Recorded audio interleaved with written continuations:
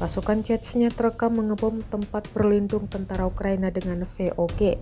Dua tentara Ukraina yang selamat tampak keluar dari dalam parit demi menyelamatkan diri. Sayangnya, belum jauh melangkah mereka turut diserang VOG susulan Rusia. Rekaman momen serangan tersebut diunggah di Telegram pada Rabu 19 Februari 2025. Disebutkan, serangan ini dilakukan di arah kota Chasiv Yar oleh operator Wave milik Chechnya. Rekamannya pun kini telah menuai berbagai komentar dari warganet.